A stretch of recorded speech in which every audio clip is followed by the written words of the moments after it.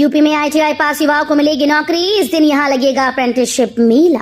प्रधानमंत्री national apprentice मेला योजना के तहत राजकीय औद्योगिक प्रशिक्षण संस्थान में 15 अप्रैल को अप्रेंटिसशिप मेले का आयोजन किया जाएगा। राजकीय औद्योगिक प्रशिक्षण संस्थान के प्रधानाचार्य राकेश कुमार ने बताया कि मेले में प्रतिभाग करने से पूर्व अभ्यर्थी को पंजीकरण कराना होगा। यूपी बिजली विभाग में बड़े पैमाने पर अफसरों की तैनाती, निजीकरण के बीच पूर्वांचल से पश्चिमांचल तक निदेशकों की नियुक्ति। Uttar Pradesh power corporation limited ने विद्युत वितरण और ट्रांसमिशन के क्षेत्र में प्रशासनिक सशक्तिकरण की दिशा में बड़ा कदम उठाते हुए 17 नए निदेशकों की नियुक्ति का आदेश जारी किया है। ये नियुक्तियां यूपीपीसीएल के साथ ही पूर्वांचल, दक्षिणांचल, मध्यांचल, पश्चिमांचल और केस्को जैसी विद्युत वितरण कंपनीज में की गई। पीएम मोदी 24 को दिखा सकते हैं सेंट्रल तक मेट्रो ट्रेन को हरी झंडी। यूपीएमआरसी ने शुरू की तैयारियां। प्रधानमंत्री नरेंद्र मोदी 24 तारीख को चुन्नीगंज से कानपुर सेंट्रल भूमिगत स्टेशन तक मेट्रो ट्रेन को हरी झंडी दिखा सकते हैं। इसके मद्देनजर यूपीएमआरसी ने तैयारियां शुरू कर दी हैं। लखनऊ में विधानसभा अध्यक्ष सतीश महाना ने विधानसभा में यूपीएमआरसी के एमडी सुशील कुमार से मुलाकात की। उन्होंने तैयारियों के बारे में जानकारी ली। यूपी कॉलेज में शुरू होंगे 9 नए कोर्स। पहली बार लागू हुआ पीएचडी ऑर्डिनेंस। यूपी कॉलेज में यूजी के आर्ट और इंटीग्रेटेड लॉ के एक कोर्स की शुरुआत होगी। इसको लेकर एकेडमिक काउंसिल की अंतिम मंजूरी मिल गई है। पहली बार कॉलेज में पीएचडी ऑर्डिनेंस को लागू किया गया है। आईसीएआर की 6ठी डीन कमेटी की सिफारिशों के आधार पर शोध कराए जाएंगे। 2025-26 सत्र में स्नातक स्तर पर 4 नए वोकेशनल कोर्स शुरू होंगे। नोएडा में 13 अप्रैल को होगा निःशुल्क मिर्गी चिकित्सा शिविर का आयोजन। बाबा भगवान राम ट्रस्ट की शाखा नोएडा के द्वारा आगामी रविवार दिनांक 13 अप्रैल को निःशुल्क मिर्गी चिकित्सा शिविर का आयोजन किया जाएगा। शिविर में मरीजों को संस्था के द्वारा निर्मित मिर्गी रोग की आयुर्वेदिक दवाई दी जाएगी। ट्रस्ट के सदस्यों के अनुसार मिर्गी की ये दवा सूर्योदय के पूर्व ही दी जाती है, इसलिए मरीजों को उनके एक सहयोगी के साथ एक दिन पूर्व दिन शनिवार की शाम 6 बजे तक संस्था की शाखा P64 सेक्टर 11 नोएडा में पहुंचना अनिवार्य है। गांव गली वार्ड चलो अभियान शुरू। घर घर दस्तक देगी बीजेपी। भाजपा स्थापना दिवस अभियान के तहत गुरुवार से गांव गली वार्ड चलो अभियान शुरू हो गया। 13 अप्रैल तक चलने वाले इस अभियान के तहत भाजपा के नेता व कार्यकर्ता घर घर जाकर डबल इंजन की सरकार की उपलब्धियां बताएंगे। जनसंपर्क अभियान के तहत भाजपा आमजन को बताएगी कि पार्टी ने जो वादे किए थे उन्हें पूरा कर दिया है। यूपी के सभी जिलों में शुरू किया जाएगा नया अभियान। हाईवे किनारे गांव चिन्हित, अधिकारियों को दी जाएगी जिम्मेदारी। हाईवे पर अक्सर गौवंशों और पशुओं के कारण सड़क दुर्घटनाएं होती हैं। इन हादसों में वाहन सवारों के साथ गौवंशों और पशुओं को भी जानमाल की हानि होती है। ऐसे में हादसों पर रोक लगाने के लिए पशुपालन विभाग 20 अप्रैल से 1 माह का अभियान चलाकर गौवंशों व पशुओं के गले में रेडियम पट्टी लगाएगा।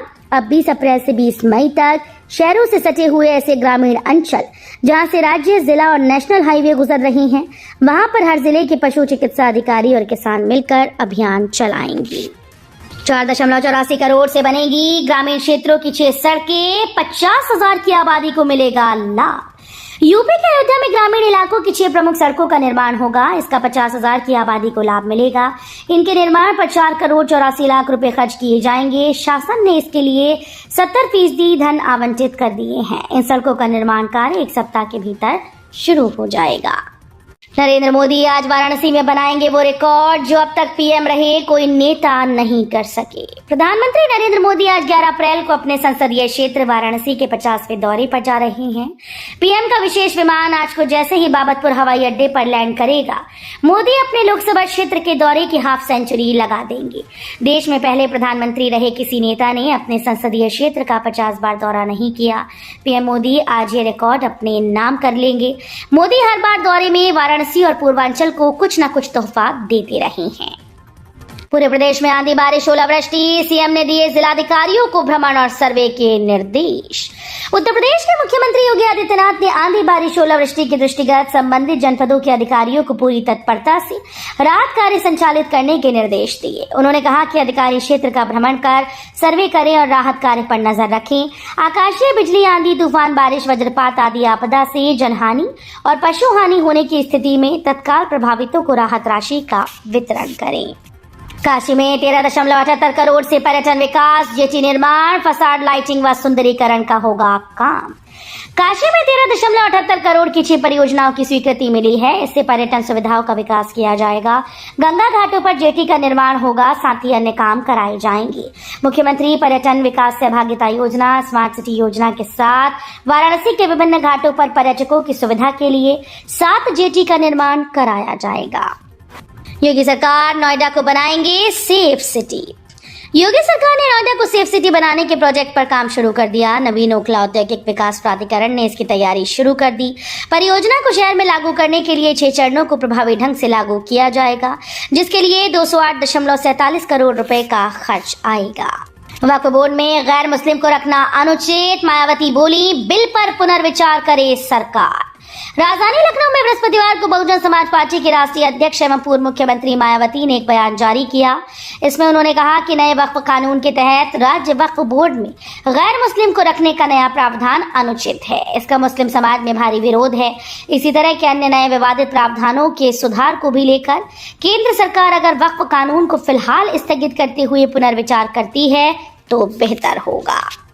यूपी में स्कूल स्टाफ का बड़ा ऐलान, पुरानी पेंशन से लेकर कैशलेस इलाज तक सरकार के सामने रखी ये 6 मांग। शिक्षणेतर कर्मचारियों ने सरकार से कैशलेस चिकित्सा सुविधा का लाभ दिए जाने की मांग की। शिक्षणेतर कर्मचारी महासंघ उत्तर प्रदेश की प्रांतीय बैठक में पुरानी पेंशन योजना को बहाल किए जाने, योग्य शिक्षणेतर कर्मचारियों को शिक्षक पद पर प्रोन्नति दिए जाने, प्रबंध समिति में शिक्षणेतर कर्मचारियों का भी एक प्रतिनिधि शामिल किए जाने, वेतन विसंगति दूर किए जाने, पदोन्नति दिए जाने और आउटसोर्सिंग पर कार्यरत कर्मियों की सेवा सुरक्षा व समय पर मानदेय के भुगतान की व्यवस्था किए जाने की मांग उठाई गई। नोएडा से न्यू आगरा तक नमो भारत ट्रेन भी चलाने की तैयारी। यमुना प्राधिकरण की नोएडा एयरपोर्ट से न्यू आगरा अर्बन सेंटर तक नमो भारत ट्रेन चलाने की तैयारी है। इसके लिए यमुना एक्सप्रेसवे के किनारे 131 किलोमीटर लंबा ट्रैक बिछाने का प्रस्ताव तैयार किया गया। प्राधिकरण के अधिकारी ने बताया कि वर्तमान में गाजियाबाद से नोएडा एयरपोर्ट तक नमो भारत ट्रेन चलाने की तैयारी है। बाबा रामदेव और भाजपा सरकार के बारे में ये क्या बोल गए, भाकियू प्रवक्ता राकेश टिकैत। भाकियू के राष्ट्रीय प्रवक्ता चौधरी राकेश टिकैत ने कहा कि भाजपा सरकार मंदिर और शमशान घाट की भूमि पर कब्जा करा रही है। योग गुरु बाबा रामदेव के शरबत जिहाद वाले बयान पर कहा कि बाबा होकर राजनीतिक भाषा बोलने से बचना चाहिए। चौधरी राकेश टिकैत बृहस्पतिवार को दोघट कस्बे में राजेंद्र चौधरी के आवास पर पहुंचे। थोक बाजार में गिरे गेहूं, मैदा के दाम, फुटकर में महंगाई पहली जैसी। प्रयागराज के थोक बाजार में गेहूं, मैदा, आटा, चीनी, सूजी, सरसों का तेल, रिफाइंड वनस्पति घी के दामों में गिरावट आई। जिले के बाजार में गेहूं 3500 से 3000 रुपए प्रति क्विंटल हो गया। मैदा 3600 से घटकर 3100 रुपए हो गया। सूजी भी 3700 रुपए प्रति क्विंटल से घटकर 3200 रुपए तक आ गई। थोक दुकानों पर आटे के रेट 28 रुपए किलो से शुरू हो रहे हैं। पीने लायक नहीं है गाजियाबाद का पानी, सोसाइटी होटल के 145 सैंपल फेल। गाजियाबाद का पानी पीने लायक नहीं। पिछले 3 महीने में पेयजल के 145 सैंपल जांच में फेल हो गए। गंभीर बात यह है कि पानी के नमूने होटल, वाटर प्लांट, स्कूल और ढाबों से लिए गए थे। स्वास्थ्य विभाग ने संबंधित संस्थानों को नोटिस जारी करने के साथ स्थानीय निकाय को भी पानी की गुणवत्ता में सुधार के लिए पत्र लिखा। डीएम का कड़ा एक्शन, 10 दिन की डेडलाइन। शिक्षा विभाग में मचा हड़कंप, कई पर लटकी कार्रवाई की तलवार। गोंडा जिले के डीएम नेहा शर्मा ने जिले के 17 कस्तूरबा बालिका विद्यालय का औचक निरीक्षण किया। निरीक्षण के दौरान कई चौंकाने वाली तस्वीर सामने आई, जिसके बाद डीएम ने कड़ा एक्शन लिया है। जिम्मेदारों को 10 दिन की डेडलाइन दी है। सुधार न होने पर कड़ी कार्रवाई होना माना जा रहा है। वाराणसी में आंधी ने मचाया तांडव, पीएम जनसभा स्थल पर टेंट बैनर क्षतिग्रस्त। जनपद में गुरुवार को अचानक से आई आंधी और उसके बाद बूंदाबांदी से गर्मी से थोड़ी राहत मिली। वहीं अचानक से हुए मौसम में इस बदलाव से जनता को थोड़ी मुश्किलों का सामना करना पड़ा।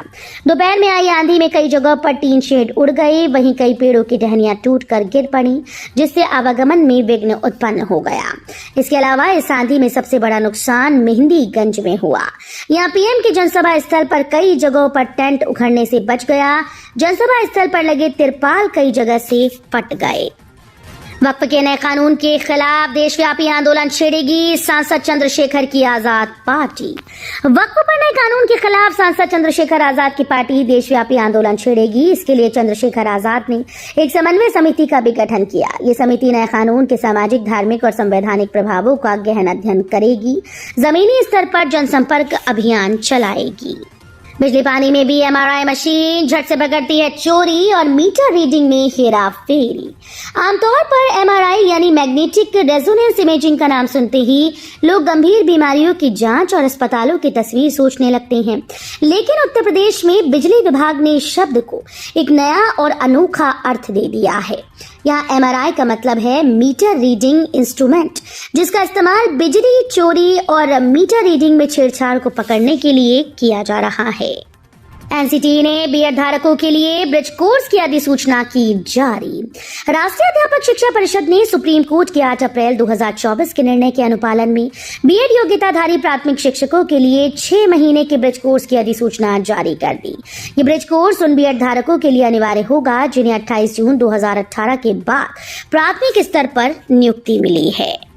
ग्रेटर नोएडा के वेनिस मॉल में ईडी की रेड, 4 इनोवा गाड़ियों में पहुंची टीम। ग्रेटर नोएडा के मशहूर मॉल ग्रैंड वेनिस में कल ईडी अचानक छापेमारी करने पहुंच गई।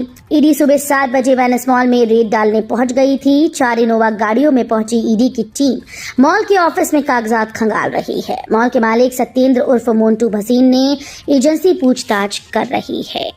योगी सरकार की जल प्रबंधन नीति को पेरिस समिट में मिला वैश्विक सम्मान। पेरिस में आयोजित ग्लोबल इनोवेशन समिट में योगी सरकार द्वारा लागू की गई जल और ठोस कचरा प्रबंधन की नीतियों को अंतर्राष्ट्रीय मंच पर भरपूर सराहना मिली। इस सम्मेलन में यूपी के 1 सिटी 1 ऑपरेटर मॉडल को सीवर प्रबंधन के क्षेत्र में सर्वश्रेष्ठ माना गया। हाल ही में संपन्न हुए महाकुंभ मेला 2025 में योगी सरकार द्वारा अपनाई गई अत्याधुनिक जल प्रबंधन तकनीकों ने सभी का ध्यान खींचा।